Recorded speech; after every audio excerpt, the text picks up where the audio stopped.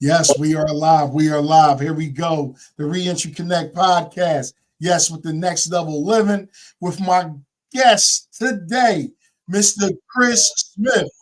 Yes, Mhm. indeed. We are here. Listen, I'm telling you, y'all in for a treat. We have a motivational speaker, a recovery coach, a health and wellness advocate, accountability partner, all the above. And his accolades are not just talked about, like he actually lives this stuff.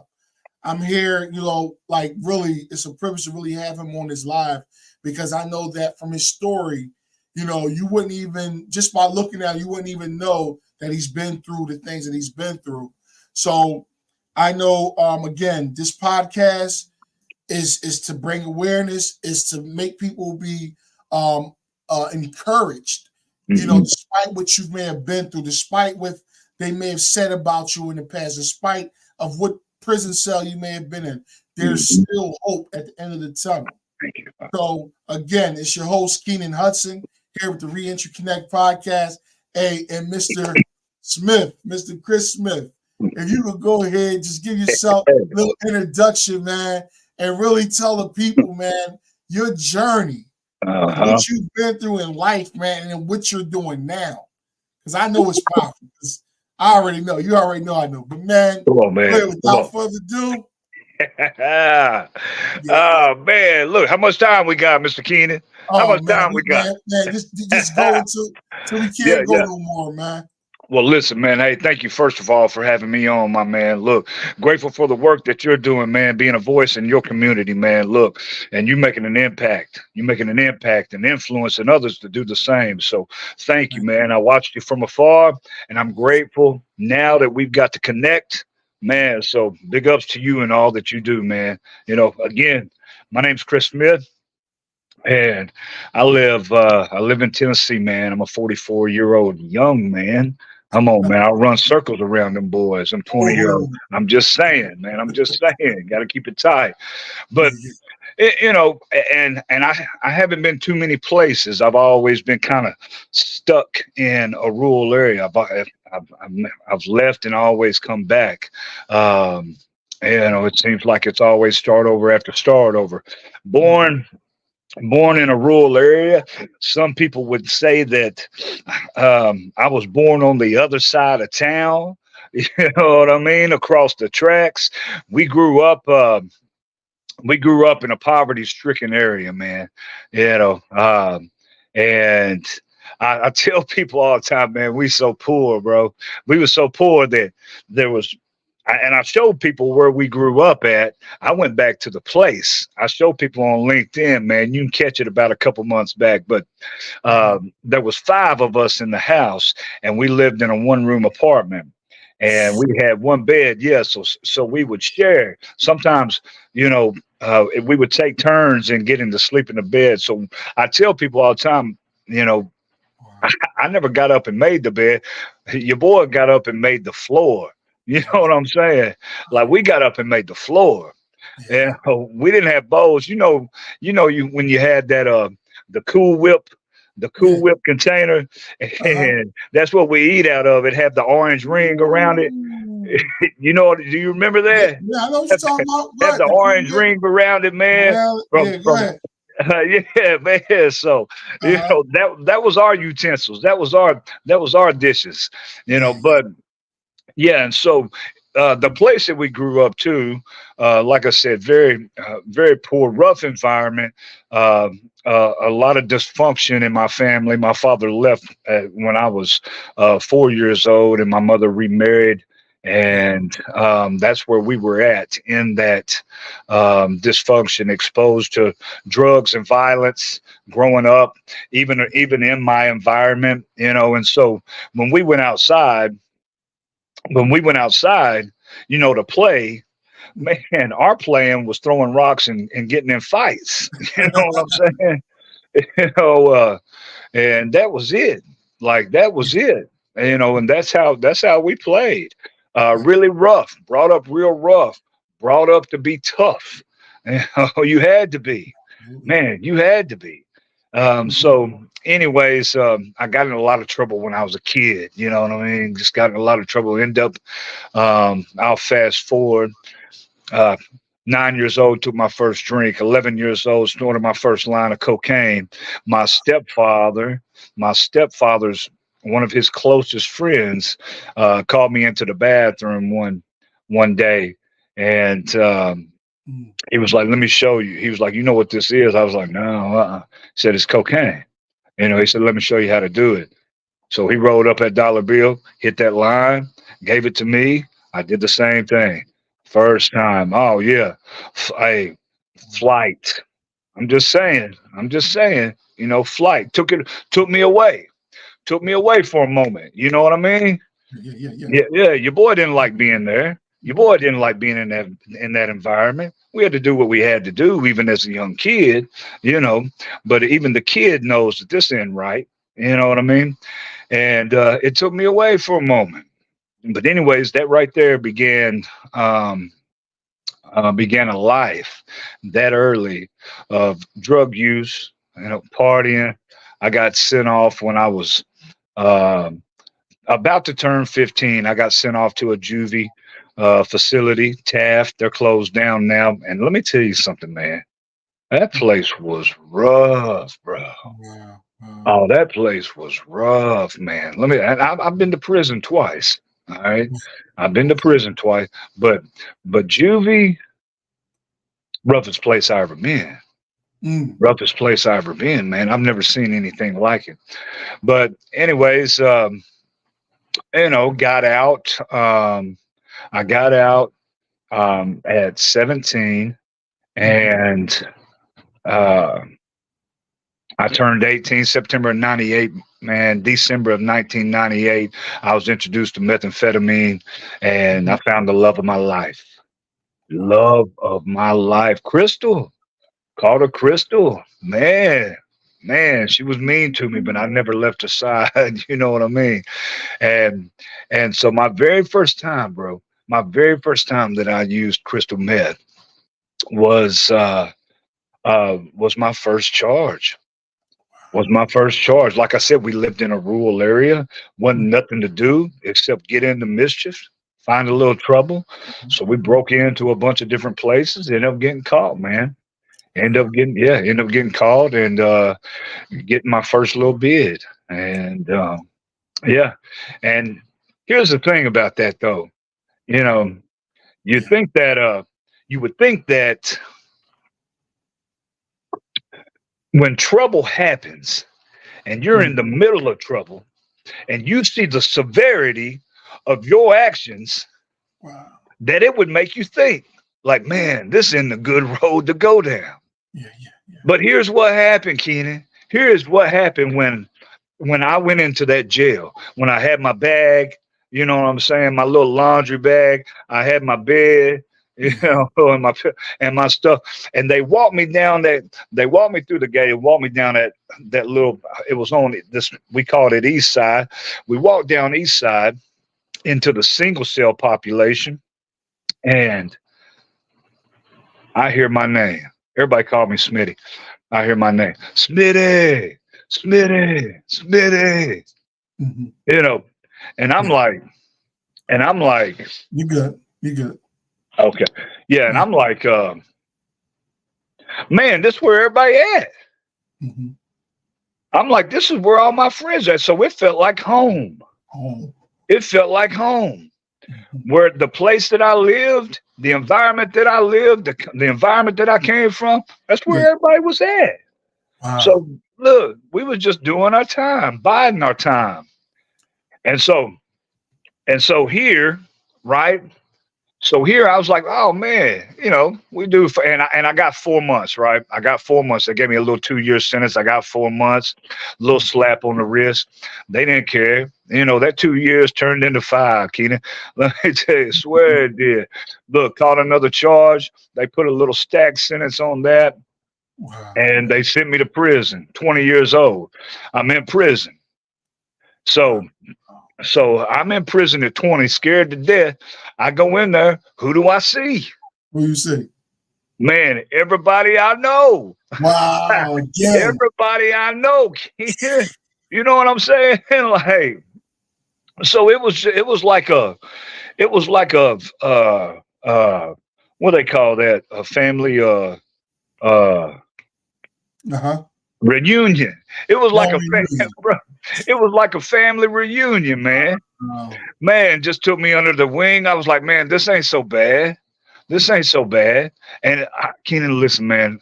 And if I can be just completely honest with you, man, if I can be completely honest with you, I loved it. Wow.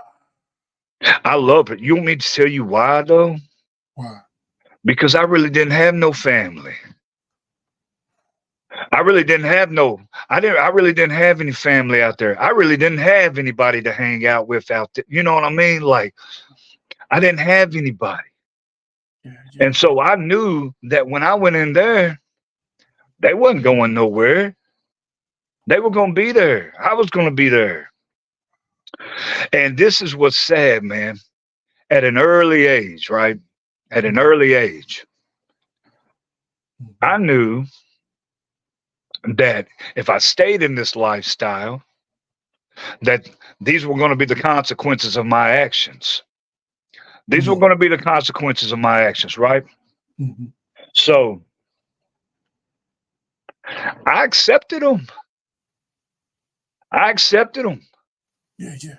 Yeah, I accept them because here's the thing. I've never seen anybody from where I'm from make it out. So there's no sense in me trying to fight my way out of something that I've never seen anybody else make it out of. For what? For what? For what? So this is it. Yeah, yeah. And so, and of course, my disease progressed, my addiction, right? Wow. My addiction, and so, and here's the thing: I was locked up so much in and out, and they would send me off to these treatment centers and everything.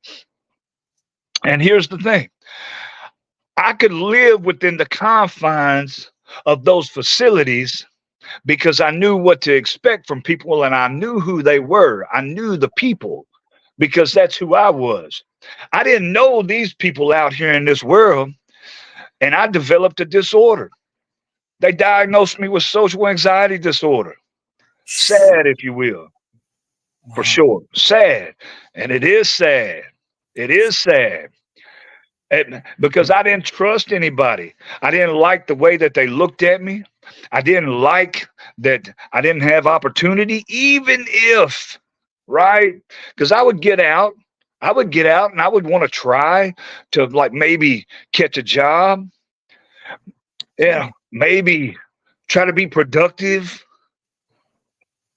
but I never had a shot, like a real shot. Wow. Just a real shot, you know? And so I was like, man, screw it. I'm just going to keep doing what I do. I'm just going to keep doing what I do. And again, this is how my addiction progressed.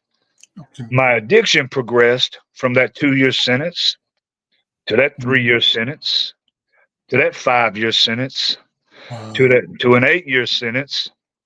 And now currently I'm on a 16, right? I got 9 years left on paper. Now I've been out, I've been out boy, how time flies. I've been out 7 years.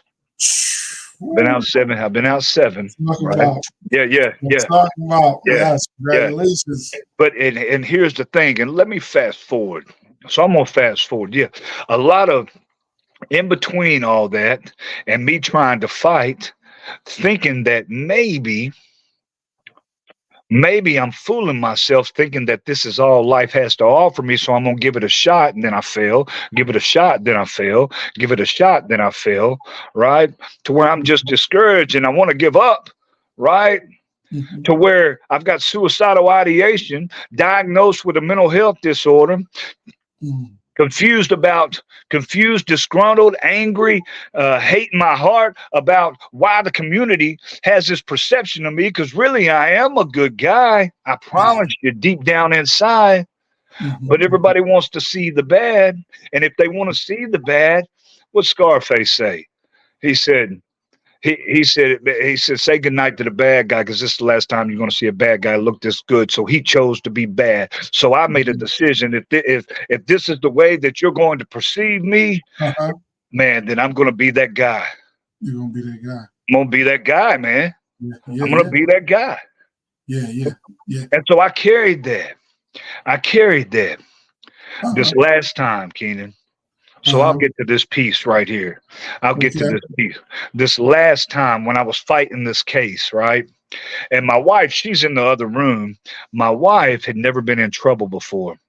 And I'm fixed to go off on about to go off on a tangent real quick. My wife was a scrub in the OR operating room with the doctors. Had a great job. Never been in trouble in her life. Okay. Got up with your boy. Yeah. I had this great idea that we were going to sell drugs. I never really been a drug dealer, but I was just a little petty nickel and dime pusher. You know what I mean? I was always like the middleman, and I was really the last person you wanted to call because I was going to make 10 off of you, but I was going to pinch the bag too. I'm just saying. You didn't want to call me, bro. but I knew everybody. I knew who was holding. So, but but anyways, so I decided I was going to give it a shot. Okay. And I got up with her, and in 10 months' time, her and myself are in drug distribution where we're distributing drugs in parts of 4 states.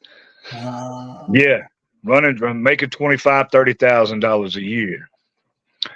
And so, anyways, and look, hey guys. Don't take my word for it. Hop on Justia Law. They make case law out of it. Hop on Justia Law. Look me up. Yeah. But anyways, we got caught. We got in trouble, right? What happens? She got in trouble too. She got in trouble too. She lost her license. Wow, lost the license. She lost her license. Can't work in a hospital. Isn't that something though? First time she ever been in trouble. Can't work in a hospital anymore. She walked her little 8-year sentence down though. She's off paper now and everything. We're trying to see if there is some way that we can maneuver back into. Yeah, you can definitely get pardoned with things like that. Yeah. And just real quick, Mr. Chris, I just want to just backtrack this a little bit. Yeah, please. So, you've been through the prisons. You've been through a lot of trouble. Not once, not twice, 3 times. You had your first drink. You had your snorted coke. You had all these things. So it took several times for you to go through what you went through, for you to bump your head and get it right. Right? Yes. So now, at what moment did you have that life-changing experience that set you straight to get you on the path that you're on now? So it was I was sitting in my cell on my bed, on my bunk, right? Watching TV. And a fella that I was very familiar with came into my cell. Sat on the bunk. We sat there for a minute. And I knew he wanted to talk about something, I knew he did. Yeah. So Keenan, man, he turned to look at me. He was like, Smitty, man. I was like, what's up, bro? He's like, man, I'm going to change my life. I looked at him and I laughed. I laughed at him, bro. Because I'm thinking, man, don't you get it? This is it, bro. Man, settle in. This is it. You're going to try to change your life and have this life taken away from you right here and fail, and you're left with nothing. For me, I was thinking, Keenan, hey, I may hate this life, but it's all I got. And if you take this from me, I have nothing. I have nothing. And so when he said that, I laughed, and he was like, no, man, I'm serious, bro. I'm serious. And I just said, good luck, bro. Good luck. So anyways, he got out I ended up settling my case and stuff, caught the, signed for the 16. Yeah. And he got out about a year and a half before I did. Mm. So I got out. My wife gives me a job washing dishes. I'm making $50 a day. Nice. I'm pissed off. I'm pissed. I'm making I was making $50 a minute. I'm not grateful, man. I'm not grateful. I'm not grateful, man. Man, people eating food and leaving it on the plate, and I got to rake it off and wash these dishes. And man, I'm just not, man. I was very unappreciative. It didn't take me, but about 7 days, Mm. I went and got high. Got high. Went and got high, and I got high for 2 weeks, just off and on, right there. Wow. But 2 weeks later, Yeah. I'd been up a couple days, and I seen a gentleman walking toward me. Looked familiar. Seen him from a distance. And as he got closer to me, it was my buddy that was sitting on the bed, the bunk with me. It was my friend. And he looked different. He looked different. He walked different. Matter of fact, he had a glow about him, bro. He had a glow about him. Mm-hmm. And when he walked up, and I'm gonna say his name, but I was like, Johnny Mac. He was like, yeah. He said, I told you, brother. Mm. He said, I told you I was gonna change. And I said, man, you didn't have to say a word, man. I could see it all over you. I can see it. I was like, what did you do? I was like, what'd you do? And he proceeded to tell me, but here's the thing. Like I was saying earlier, where I'm from, you don't see change. Mm. You don't see it. I knew this man. Mm-hmm. See, and people used to come into our cells, preachers and, all them other folks and stuff, man, and talk about change and stuff. And it would be encouraging, right? I would be encouraged by that. Yeah. But I was more than encouraged when I seen him, because I knew him. He'd been through that. He was cut from the same cloth. He'd been through that same thing, man, in the mud. And I was inspired. Yeah. Inspired to me means it moved me. It moved me. It moved me enough that a seed was planted that day, right? Wow. So I didn't see him, but here's something that happened. He went to my wife's work, got her phone number, and kept tabs on me. To keep tabs on me. Not to ask how well I'm doing, but how bad has it gotten? Mm. And 2 weeks later, bro. 2 weeks later, man. Yeah, 2 weeks later, my wife called him and said, it's almost over. I was about to head back to the same place that I had just left. And it had only been a month, Keenan. It had only been a month. Mm. I'd been up 5 days. I was laying here in my bed, laying in the bed. My wife was already gone to work. And I'd done something that I'd never done in my life. I tried everything, right? Tried everything. But I did something that I'd never done in my whole life as I was sitting there staring at that ceiling fan trying to go to bed. I said, God help me. God help me. Man, it's the most sincere prayer that I've ever prayed, because I had nothing to lose and everything to gain. I can't make this up, man. 5 minutes later, there was a knock on my window, the back of my house, where my bedroom's at. And it was my buddy, Johnny Mac. Wow. He said, Smitty, come to the front door, brother. Come to the front door. I go to the front door, man. And I open that door and we look at each other, and he said, man, I came just in time, didn't I? I said, you sure did, brother. I need help. Wow. Here's the thing. He said, as he was headed to work, God spoke to him to come over here to check on me. Mm. That's as I was praying that prayer. But anyways, here's the thing. Now let me move. That's where it began, right? That's where hope began for me. So we made some phone calls and stuff, and I ended up getting off to that treatment center. Now the treatment center was 4 months long. Mind you, this is my 7th treatment center. I know how to move and navigate within structured institutions, right? You tell me what to do, and I'm going to ace it. I can't live myself out here. I don't know left to my own. I don't know how to move. You know what I'm saying? And be responsible. But if you give me responsibility, I'm gonna ace it. Ace it. A+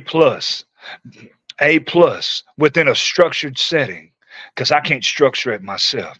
4 months. So anyway, 2.5 months in, and I'm 2.5 months in, I had another divine intervention, if you will. Wow. Okay. To where I hit my knees and I accepted Christ into my life. And this is just me. Okay. It's my story. So what I did right after that, I got up and I went to the executive director. And I said, Brother Mike, man, I said, I know this is a 4-month program, but I got a lot of work to do. And 4 months ain't going to cut it. I need to stay here. I need to stay here longer than 4 months. He said, Chris, stay as long as you like. I ended up staying at that treatment center for 2 years, Keenan. Wow. I stayed 2 years, man. And here's the thing. I cut my wife off. I cut my kids off. I cut my mama off. I needed total focus. Here's the thing. I've been sacrificing the ones closest to me for something negative, for something detrimental, for something destructive, for that lifestyle. I've been sacrificing them. But this time I was going to sacrifice them for something good. Wow. That if something happened and they left by chance, I would still be able to stand on my own. Powerful. 2 years, Keenan, I stayed at that place, man. I stayed at that place. I ended up getting a job at that place. I ended up going to college at that place and getting my starting on my social work degree.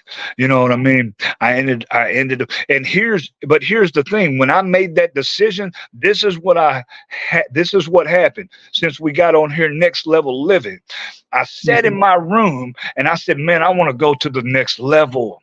I'm tired of this right here. I want to go to the next level. So what did I do? I said, what do I need to do right now? I had a whiteboard in my room.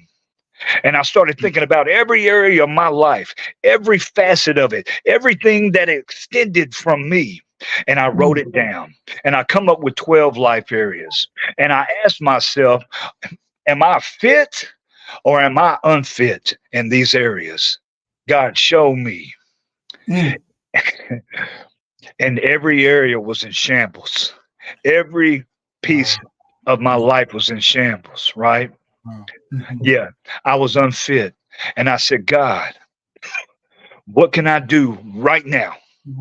Right now to start getting my life fit? And the response was run. Run. Ooh, physically run. Because here's what happened. Because when I got off the drugs, I was still miserable. What they do at them rehabs, man, they stuff you full of bread, donuts, cookies, 4 or 5 meals, snacks, man. And caffeine, cigarettes, caffeine, and food, man. They fill you up at them treatment centers. You know what I mean? All you can have, all you can eat, all you can stand. And I was still miserable. I was still unhealthy. I was still unfit. I was just going through the motions. So when I did that, and his response was run, I put my shoes on, and I had to be good at running. You know why? Because I had ran from every responsibility in my life. I had to be a good runner. Had to be, Keenan. Had to be, bro. Yeah. So listen, I laced up, man. I laced up, and I was out of shape. Bro. And I ran a quarter mile. That's all I had. My shins hurt. The bottom of my feet hurt. When I got back, Man, I laid in that bed, man. I did not want to get out of it. And then that next morning, 5 o'clock came. Boom. Woke up. You know what I heard? Yeah. Run. Run. Woo, Run. Run. Man, my shins still hurt. The bottom of my feet still hurt. The bottom of my feet still hurt. And I was like, and it was bolder. It was bolder. It was more forceful. Run. Run. So, man, what I do, I put my shoes on in pain, aching, walked out that door at 5:30, hit that track, and I started running again in pain. But as I was running, I was getting closer to that 1/4 mile again. And I was almost, because I was just going to run a 1/4 mile again. You know what I mean? And I could see it, though. I could see me coming up on it, even in pain, but I was making progress. And I realized that progress is painful. Progress is painful, bro. I was going to have to not just keep running through the pain physically. I was going to have to walk and run through the pain spiritually, mentally, and emotionally of my past, all the wreckage of it. I was going to have to deal with it. And I knew it was going to be painful, but that was the only way that I was going to make progress in my life. And I had to be ready and prepared for it. 3 months later, man, I'm up to 5 miles. Running 5 miles. Progress. Listen, all I'm saying, look, hey, in April, I'm running 13. In April, I'm running a half a marathon. But look. Wow. But you know what that did for me? That gave me energy. That gave me motivation intrinsically. People say, man, forget motivation. No, I was motivated by something inwardly. Something deep, something soulful, something impactful and powerful that I could not explain from here. It was here, inside. I was motivated from the inside. I had more energy. I was sleeping better. I made healthier eating choices. I put the cigarettes away. I could concentrate. My retention level went up. My self-esteem picked up. I started being more socially acceptable of other individuals and opening up and sharing. Next thing I know, I'm an example and I'm a role model at this place. And I start working there. Wow. I start working there. 2 years later, trajectory of my life going up like this, right? I'm about to finish college up there, and I'm making plans to stay there. Listen, I'm making plans to stay there, and here's what God said. God said out of nowhere, bro, it's time to go. It's time to go. It's time to go. Wow. Like, where are we going, God? Home. Wow. We're going home. After 2 years. After 2 years, but man, listen, Keenan, man, my brother, look, I did not want to go. Wow. I didn't want to go. I said, God, I've been obedient. I've done everything that you've required, everything that you've asked of me. I have done. I've been of service. I've been an example. I've let my light so shine, right? I've done all this, man.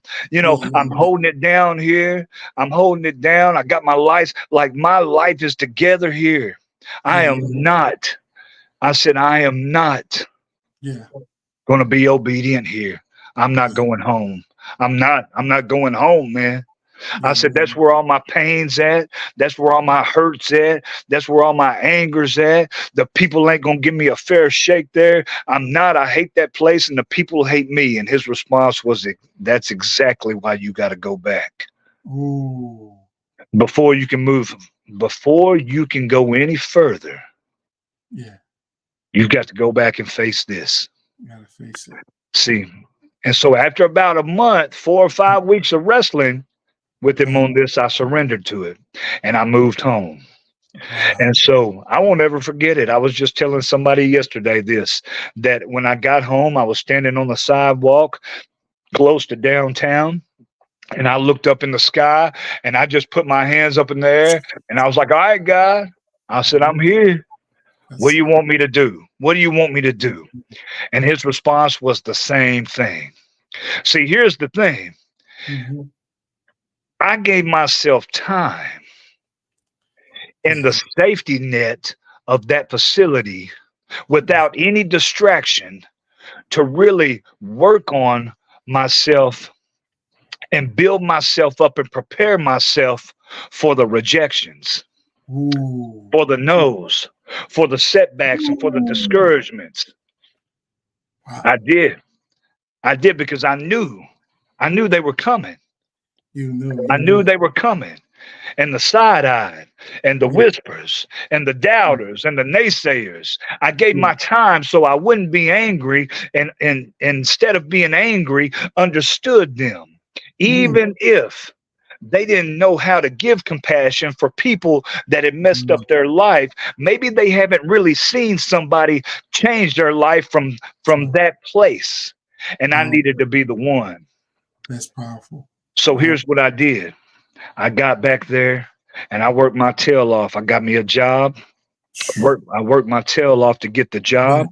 I Yeah. started uncovering resources that would assist me, resources that they don't put out there for individuals that have been justice involved, or returning citizens, or individuals with addictions or mental health disorders. They don't advertise that. You know why they don't advertise that? Because Uh-huh. those agencies are inundated and they would be overwhelmed. They would be Uh-huh. overwhelmed. Absolutely. Absolutely. Yeah. So I uncovered all those resources. So you did the work. You put the work in. Yeah, I For it. put the work in, man. Wow. I Wow. put the work in.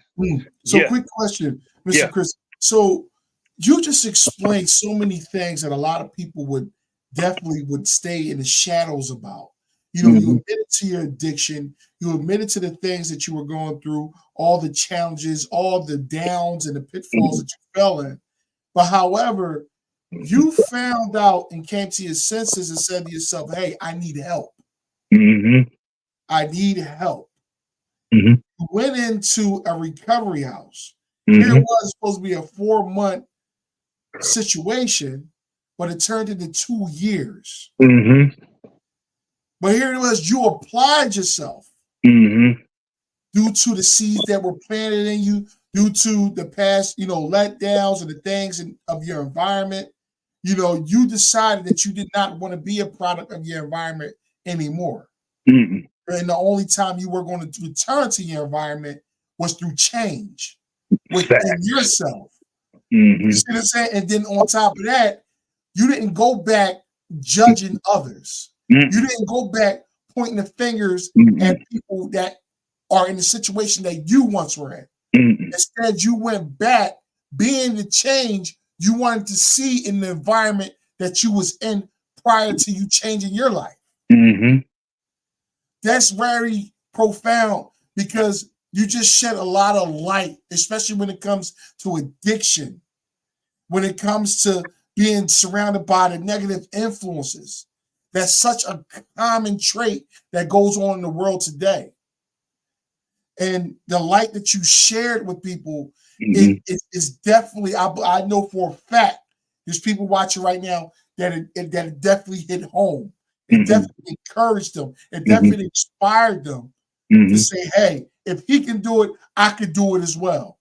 And as Facts. you just said, you just mentioned, I put in the work. I had to Hmm. put in the work. Some of this stuff wasn't advertised. You had to dig for it. Hmm. You Hmm. had to dig for it. Hmm. You know what I mean? And you regain the posture, not just from your own will, but you got in touch with your spirituality. You Facts. got in touch with your creator. Your creator came into your life and changed things. Hmm. A lot of people I share a lot of times about concerning like with the 8 domains, like spirituality is a huge part of the Hmm. 8 domains of Hmm. life, of the whole person, you know, Hmm. and I didn't mean to cut you off, but I want you to No. continue because I Yeah. know you said, with that 2 year mark, you took 2 years, but then you decided you wanted to be obedient. Hmm. Obedience is better than sacrifice. No matter what, if you would have stayed there and you You would have better said, believe "Dad, it. I'm not going here." No, obedience is better than sacrifice, Hmm. and we know where we can find that at. That's Yeah. just period. Yeah. That's Yeah. that's that's just you'll find yourself in the belly of a well somewhere, living somewhere else. You know what I'm saying? So again, you know where I'm coming from now. So, but my thing is, I'm just inspired by the change, especially when you got into like the physicality part, when you talk about getting in shape and things like that. Like I say, it's inspired me because here it is. Me personally, I was, I was doing the right thing out here. I'm making change. Once when I had stopped working a few years ago, here it was, getting into different spaces like entrepreneurship and things like that. It allows you to chill a lot more. So here go the weight start gaining up on me without me knowing, not being as active as I was in prison, playing basketball and doing this and doing that, and playing every sport. So now I'm like, God, like that's what I probably need. Sometimes you got to encourage yourself and be sensitive to the voice in whom you rely on. You see what I'm saying? Absolutely. So it's very powerful. But I want you to continue. You said after that 2 years, you went back, didn't pass judgment. You met the people where they were at, and you decided to make an impact leading up to what you're doing now. So I want you to continue, please. I'm sorry about that. No, you're good, man. You touched on something though, really, Keenan, right there. See, because I wasn't just a drug addict. No, man, I was addicted to everything. Man, I was addicted to everything. Man, I knew that just because the drugs were out of the way doesn't mean that I still didn't have other disorders or dysfunctions in my life that needed dealt with, because if I didn't deal with them, it would only lead me back to those drugs. That's it. I had a porn addiction. I had a drug addiction. I had, like I said, a mental health disorder. I had a food addiction. I would always eat. I would eat till I was uncomfortably full. You know what I mean? Yeah, I would eat till I was uncomfortably full. And, lazy, and I had a sex addiction. You name it. Let's just go down there. Look, I used to bite my nails until they bleed. If I'd done anything, I would do it all the way. So I made a decision. I was like, man, look, I can still be addicted, but let's be addicted to the climb. Let's be addicted to that next level living, right? Like the title says. Let's do that, because if I do have an addictive personality, addictive traits, then let's turn those negatives into a viable resource that we can utilize to improve our life. So that's where I got my Fit for Recovery motto: go all in to get it all out, because it's 100%. It's always going to be 100%. So what was I wanting to change? I was wanting to change everything. I wanted to change all of it, every bit of it. If I'm going to work on my life, I'm going to work on every facet of it, every piece of it. I was going to improve and improve and improve and improve, next level living. That's what I wanted. And so I was like, man, so here we go. That's what I went on. And I knew. So here's what I did, Keenan. Here's what I did. What you do? Before I went back home, right before I went back home, okay? Okay, what you do? You know how they say, in the recovery rooms, before you get ready to roll the tape through, like play the tape through about what that looks like. Okay. Right. But I decided if I was going to have a great life, not a good life, no, a great life, a fantastic life, let me picture this life almost beyond my imagination of what I want my life to look like, right? I rolled the tape through, but I didn't dismiss or skip that middle part and get to the end. No, I seen myself at the end, but I wanted to rewind that from the end. And I wanted to get into the middle, the meat of the journey of that. And you know what that looked like? That looked like suffering. That looked like discouragement. That looked like being tired. That looked like some rejections. That looked like some mistakes. That looked like almost giving up. that looked like just a bunch of mess, a Yeah. whole bunch of me being distraught, right? I needed to see that, but I needed to see me working through that, all Yeah. that to get to where I wanted to go. And then I said, man, you know what? Sign me up. Sign me up. Because if I ain't dead yet, if I survived all that I've been through, been shot in the back, Wow. suicide, like I said, shot in the back, suicidal ideation, bar fights, got the memorabilia on my arms. I'm Wow. just saying, overdoses. Like if I've survived all this stuff right here, Yeah. and this right here, Here. man, I know what hard looks like. I know what hard looks like. So, man, sign me up for that hard stuff, man. Mm. Sign me up for that hard stuff. Sign me up. And that's where I'm at right now in the middle of it. So I went back. I played the tape in the meat of what that journey looks like, and I knew it was going to be hard. You're right. You're right. I don't have to do a thing. I don't have to do it when the conditions ain't right. Mm. Right.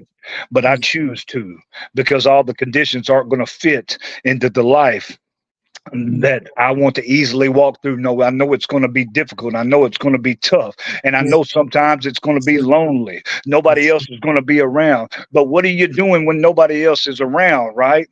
So I'm Mm. going to keep on working. That's what I'm going to do. So Keep I trying. got back. So I got back home and I started putting the work in. The same police officers that arrested me, excuse me, the same police officers that arrested me introduced me to a drug prevention coalition that we had in our area.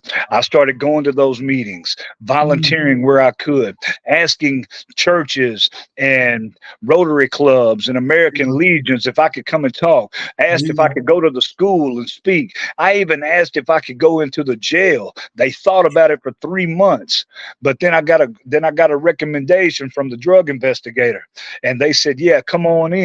While I Wow. still had that, while I'm on the 16-year sentence, right? Started sharing. And you know what they said when I went into the jail, Keenan? What they say? What they say? When I seen the guys, Yeah. Yeah. Yeah. Yeah. they said, man, Hope just walked through the door, bro. Hope just walked. And I knew, man, listen, Wow. I knew that this is why sometimes we can't see. We make our own plans, but he determines our steps, right? And so if we got to be obedient to the step, because he knows where he's leading us and for what reason, because he sees the ending at the beginning. Yeah. All right. And he said, this is going to make sense. I know it doesn't make sense right now, but it's going to make sense. And you're going to have that aha moment. And it's going to make you trust me even more. There you go. So I walked through there. Man, they let me stay for hours, bro. 5-6 hours. I'd be in there playing spades with them. Wow. Running them next, but anyway, but I got to bring a message of hope. And then I got to go to the next jail, and then the next jail, then the next jail. And somebody somebody from the state happened to be at a community forum at a university, college university that I was speaking at. Wow. And after I got done speaking, he came up and he was like, man, he introduced himself and he was like, hey, here's my card, man. Man, you're incredible, man. Let's get together. Give me a call. I said, absolutely. So I called him. He worked for the Tennessee Department of Mental Health and Substance Abuse Services. I started helping individuals in my area that he would get calls from.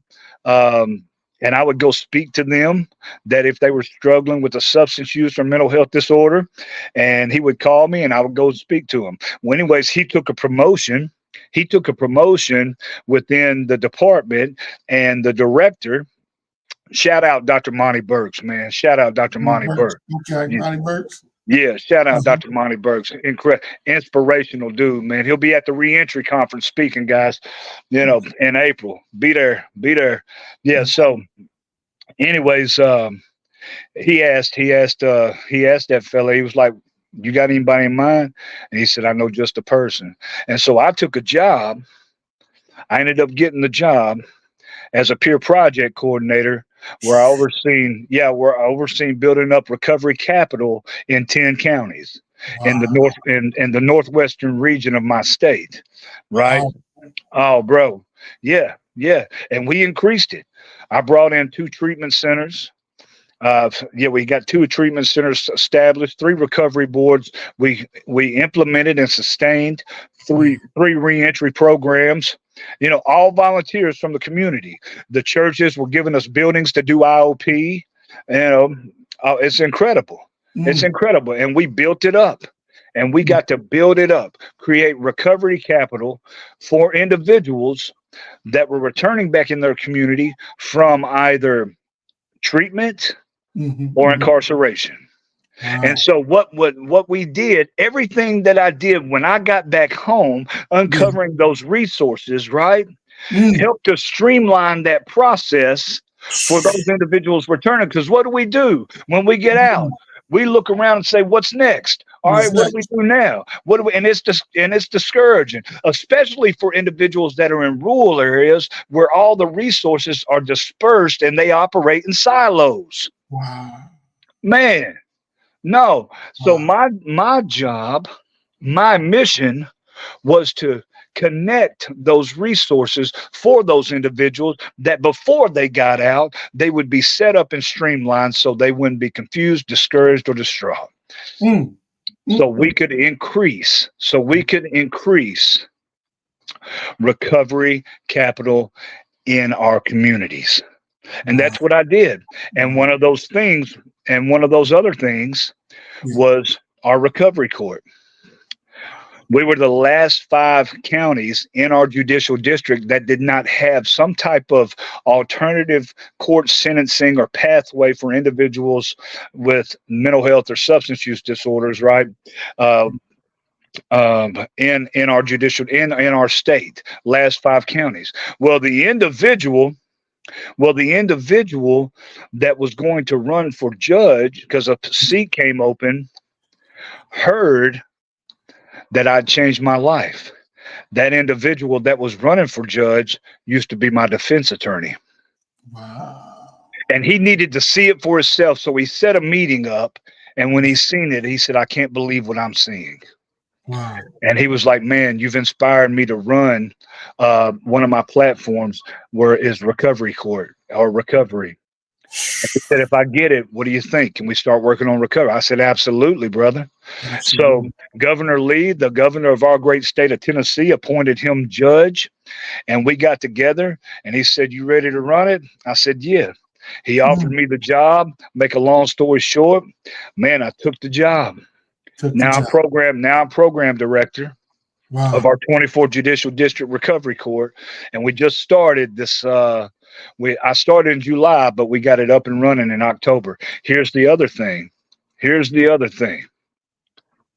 Yeah. We're in the midst of creating a health foundation in our community that we Wow. can operate or run grants through to Wow. continue to create recovery capital. Our county is also in the process of giving us land to bring Mhm. a treatment center in. It Wow. takes time, Keenan. It It take takes that's time. it. I see all the It time. takes time. Yes. And Yes. That's like that. everything takes time. You've just got to continue whatever it is. I don't care what it is. I don't Yeah. care if it's losing weight or Yeah. getting in shape. It takes time. I don't care if you're going back to school to get a degree. It takes time. I don't care if you're climbing up the ladder in your company. It takes time. I don't care if you want to save $150,000. It takes time. I don't care if you're starting a new business. It takes time. You know, everything takes time. Uh-huh. Do not abandon the mission. Yeah. Do not. You're going to have bumps. You're going to have no's. You're going to, again, you're going to, your mental health is going to be up and down. Yes. You're going to be angry. You know, you're going to be excited. You're going to be all these things. All these things are going to happen. And it's just part of the process of whatever it is that whatever the vision was that was given to you. I say it all the time. The vision never would have been given to you if you could not fulfill it. Wow. You just got to stay the course. Mr. Chris, That's it. you You stay the defined course. You've been very, you've been Man, burning it down, man. You've been giving that fire out, man. I'm telling you, hey, you've been getting to preach. I know we coming down on the hour. I did man. not want me no means to cut you off or anything, man. No, we're good. We're good. You've been terrific, man. People are here. I want to shout out some of these people, man, that's in the chat. You got brother Rick Diaz, man. He said yes. He's a preacher himself. We got a lot of people. We got brother Jamal. He came in to show his support. My man. Yeah, he said, man, your testimony was powerful. We had the brother Bayak here. He locked in. Miss Jackie. Miss Jackie, peace to you. Thank you so much. Miss Tuning Jackie. in. She's always a great support. You already know her. Dr. James Baker, positive influence, man. He watching you from over here in Jersey. Oh, man. Be on the lookout, man. It's powerful. Cousin Michelle, appreciate you. Mr. Richard Miles, appreciate you as well. There's Amber Williams. Thank you so much. Amber. Yeah, appreciate it. Yeah. We got Changing Lives here. I know it takes up the whole screen, but we can definitely read it in the comments later. Yeah, all the support, man. Everybody, the ones even didn't comment, we appreciate everybody tuning in. And we're narrowing down here, to the last like 5 minutes. We're definitely going to end like at the top of the hour. Mr. Chris, if you can go ahead and encourage the people, the ones that are listening, the ones that may be in the halfway house, they may be in a recovery house, individuals that may be in a prison right now, that word, I'm quite sure they heard your story and it just blown them away. But if you can encourage them in sort of a takeaway, and also if you could just let them know how to contact you if need be, because I know that you are on spot guy. Like, hey, look, I can talk right now. You'll call them or email them. Hey, let's go. Yeah. But you're always willing and trust. Best believe you will be blessed for having the heart that you have, man. Because not many people have that. You know what I mean? Some people will blow you off. They get so arrogant. Oh, I ain't got time for this. I ain't got time for that. Yeah, but it's like, dang, I really may need help. I may be suffering mentally. I may be suffering, physically. I may be suffering spiritually. I might just need that encouraging word that'll get me through my day. You know what I mean? And a lot of times we overlook individuals that have that type of heart. And oftentimes those type of individuals are taken for granted, and not given the certain credit or the props, that they deserve. But instead, a lot of these people that are in the high places, and, I'm up on this place in this pedestal, as if you don't know, you forgot where you came from. Ooh, come on. You know what I'm saying? Come on, bro. And that's what happens, you know what I mean? Yeah.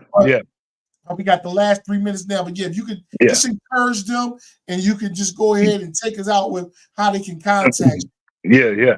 I know, Keita. I know when I dropped my phone number to you, was like, dang. Yeah. Listen, I dropped my number, man. Look, I don't care. And when I tell you I'm gonna call you or to call me, call. I mean it. I mean it. Yeah, I mean it. Phone number 731-393 3437. Wow, you dropped it right there. Right there. If you need to call somebody, if you need to talk, I'm going to pick up. If I don't pick up, I'm going to call right back. Email cdsmith0720@gmail.com. Will be hopefully, and you can catch me on LinkedIn. Hopefully, I don't know if it'll be this year. We're not in the process. We're about to begin the process of the website. Hopefully it may be at the end of this year, start of next year. But guys, I'm gonna tell you, I've been in that place where you try and you try and you try and you don't think it's ever going to get any better. You don't know. Sometimes you don't even know why you continue to do it, because you're not seeing those results, or you're not or you're not having the outcome, that particular outcome that you'd like to have. And you're not sure if you can really make something of yourself. I'm here to tell you, you can. You can, again, and if you stay the course, you will. You're destined to do good things. And your past has nothing to do with the good things that you're destined to do. All the hurt, all the pain, all the anguish, all the trials and tribulations that you've been in and you're still here are only treasures and nuggets for the things that you're going to have to deal with to get to where you're going. But remember, you're going to make it. Reach out if you need me. Love you guys, man. Yes, and without further ado, we appreciate Mr. Chris coming on with the Next Level Living, the Reentry Connect podcast. I'm your host, Keenan Hudson. And without further ado, Mr. Chris, we're going to thank you once again. And we're going to get ready to end this show. But we appreciate everybody for tuning in. But until next time, Mr. Chris, you have a good night. Be blessed, guys.